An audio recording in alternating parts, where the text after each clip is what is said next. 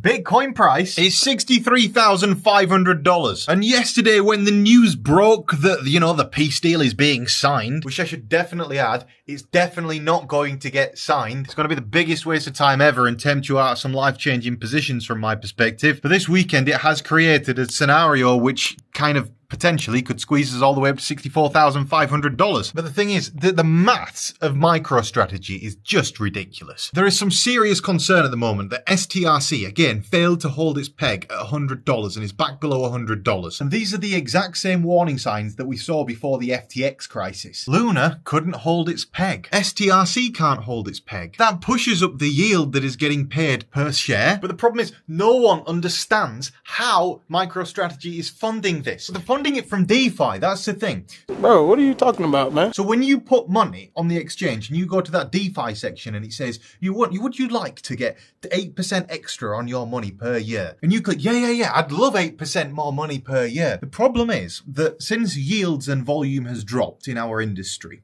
what that has created is the ability to not make money off yield. So the old way of making money off yield was deposit money into a liquidity pool, and then when that money is traded back and forth, there is a fee that's applied to those trades, and the trading fee is accumulated in the pool, and that fee is split across the pool, so your percentage share of the pool makes up your share of the rewards. The problem has become that with these systems, a lot of these DeFi applications are taking the money and they're buying STRC, because with STRC on a stablecoin, they can guarantee you 11.5% rewards per year. But they don't give you 11.5%. What they do is they give you 6 or 7% and keep the rest for themselves. So the DeFi applications basically tempt a bunch of money in, give it to these guys.